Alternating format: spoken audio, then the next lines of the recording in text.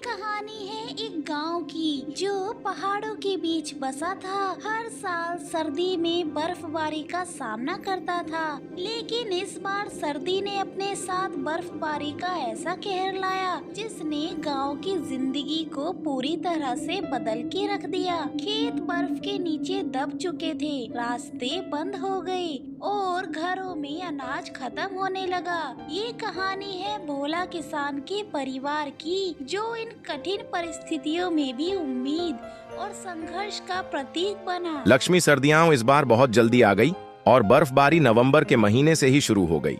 अगर बर्फबारी ऐसी ही चलती रही तो हमारे खेतों का क्या होगा? मैं तो सोच सोच के ही बहुत परेशान हूँ। छोटू के पापा, पिछली बार भी सर्दी में हमने बहुत कुछ खोया था। इस बार तो खाना और लकड़ियाँ भी कम है, कैसे गुजारा होगा जी? सब ठीक हो जाएगा लक्ष्मी, जब तक मेहनत करेंगी तो उम्मीद भी बची रहेगी और मुझे भगवान पर पूरा भरोसा है कि वो हमारे साथ हैं। कुछ ही घंटों में बर्फबारी शुरू हो जाती है। 3 दिनों तक लगातार बर्फ गिरती ही रहती है। खेत बर्फ से ढक जाते हैं, गांव के रास्ते बंद हो जाते हैं।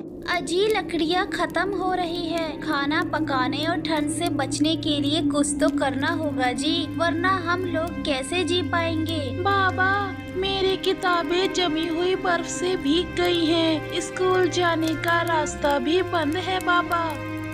छोटू बेटा, सब कुछ ठीक हो जाएगा। हम सब मिलकर इस हालात से भी निकल जाएंगे और मैं जंगल से सूखी लकड़ी लाने की पूरी कोशिश करूंगा। अजी, आप अपने दोस्त राजू की मदद क्यों नहीं लेते? मुझे पूरी उम्मीद है वो आपकी मदद जरूर करेगा। हाँ लक्ष्मी, तुम बिल्कुल ठीक कह रही हो, मैं ऐसा करता हूँ। सुबह लकड़ियाँ लेने के लिए राजू के घर निकल जाता हूँ। तुम बच्चों का ध्यान रखना।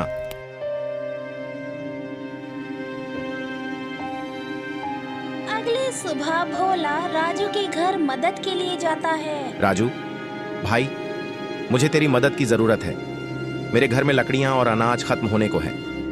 भाई, अगर तेरे पास कुछ लकड़ियाँ मिल जाती तो थोड़ी राहत मिल जाती। भोला भाई, मेरे घर की हालात भी कुछ ठीक नहीं है। मेरे पास भी अनाज और लकड़ियाँ ज्यादा नहीं है भाई। मुझे माफ करना भोला भाई, इस बार मैं तेरी कोई मदद नहीं कर पाऊंगा। भोला राजू की ये बात सुनकर बहुत परेशान हो जाता है। हे भगवान, इतनी बर्फबारी में कहां से लकड़ी का इंतजाम करूं? कुछ समझ नहीं आया। आ रहा भगवान, मेरी मदद कर। ऐसा करता हूं, साहूकार से मदद लेने जाता हूं। अब वही आखिरी उम्मीद है। भोला साहूकार के पास गया, जिससे उसने पिछले साल कर्ज लिया था। सेठ जी, मुझे कुछ पैसों और लकड़ी की जरूरत है। मेरा परिवार ठंड और भूख से परेशान है। मेरे पास कोई पैसे नहीं हैं। तूने अब तक पहला कर्ज तो चुकाया नहीं भोला, और मेरे पास क्या पैसों का पेड़ लगा है जो तू बार बार पैसे मांगने मेरे पास आ जाता है? सेठ जी, आपके पहले पैसे मैं जल्दी चुका दूंगा। बर्फबारी के कारण सारी फसल खराब हो गई, लेकिन मुझे अभी आपकी मदद चाहिए। हो सके तो कुछ और लकड़ी दे दो। मैं तेरी एक ही बात को सुन सुनकर थक चुका हूँ। अगर कर्ज नहीं चुकाया तो तेरी जमीन को अपने नाम कर लूंगा, याद रखना भोला। भोला उदास मन से घर लौटता है। लक्ष्मी उसकी हालत देखकर चिंतित हो जाती है। अजी, क्या हुआ? आप परेशान क्यों दिख रहे हो? लकड़ियाँ नहीं मिली क्या? भोला लक्ष्मी को सारी बातें बता देता है। लक्ष्मी ये सब सुनकर चिंता में आ जाती है। अब हम क्या करेंगे जी? अगर जमीन चली गई तो हमारा क्या होगा? जब तक जान है तब तक जमीन नहीं जाएगी, ये मेरे पिताजी की निशानी है। बर्फबारी का कहर जारी था।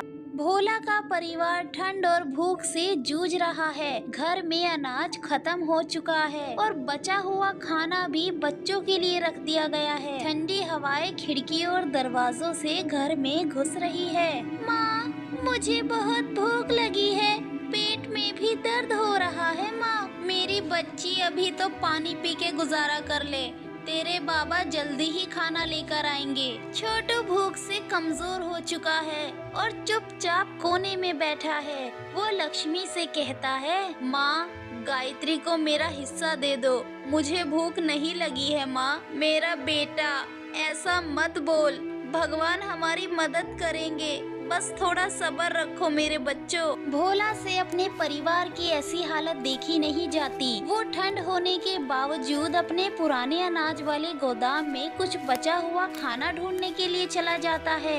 जैसे ही वो गोदाम में पहुंचता है, वहाँ सिर्फ थोड़ा सा ही अनाज मिलता है। वो निराश होकर घर लौटता है। लक्ष्मी उसे देखती है। कुछ मिला जी? बस इतना ही मिला। लक्ष्मी, मैं जानता हूँ इसमें सबका पेट नहीं भर सकता, लेकिन मैं फिर भी कोशिश करूंगा। तुम बच्चों का ध्यान रखना। मैं बाहर जा रहा हूँ, बच्चों के लिए कुछ जड़ी बूटी ले आता हूँ जिससे उन्हें ठंड नहीं लगेगी।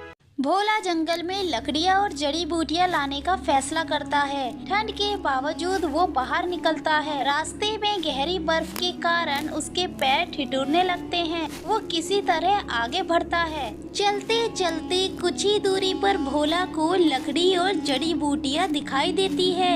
जंगल में भोला सूखी लकड़ियाँ और कुछ जड़ी बूटियाँ इकट्ठा कर लेता है। अचानक तेज हवा चलने लगती है और बर्फबारी शुरू हो जाती है। ठंड इतनी बढ़ जाती है कि उसका शरीर सुन्न पड़ने लगता है। भोला ठिठुरते हुए खुद को संभालता है। भोला लकड़ी और जड़ी बूटियों का गट्टर उठाता है और बर्फीले तूफान के बीच घर की ओर चल पड़ता है। उसके हाथ पैर ठंड से जकड़ने लगते हैं, लेकिन परिवार का ख्याल उसे उठने की ताकत देता है। भोला एक किनारे पे खड़ा हो जाता है और बर्फबारी के रुकने का इंतजार करता है।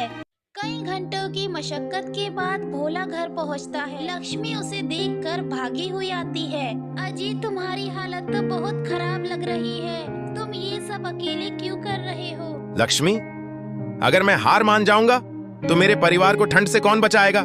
लक्ष्मी जल्दी से चूल्हा जलाती है। जड़ी बूटियों से बच्चों के लिए हल्का सूप बनाती है। गायत्री और छोटू उसे पीकर थोड़ा आराम महसूस करते हैं, लेकिन परिवार की भूख और ठंड का संघर्ष जारी रहता है।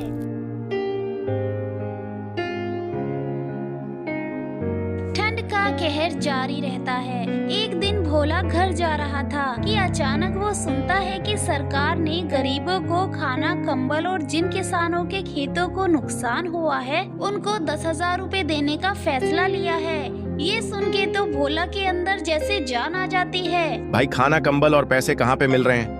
भाई, कुएं के पास सरकारी टेंट लगा है, वहीं सबको ये सब दिया जा रहा है। तुम भी जाओ और सरकार की मदद ले लो। भोला बहुत खुश था और जल्दी से बताई गई जगह पर पहुंच जाता है और लाइन में लग जाता है। कुछ देर बाद वो घर पहुंचता है। वो लक्ष्मी को सब कुछ बताता है। लक्ष्मी तो ये सुन के बहुत खुश हो जाती है, मानो परिवार को एक नया जीवन मिल गया हो। अब भोला का परिवार खुश था। दोस्तों, ये कहानी आप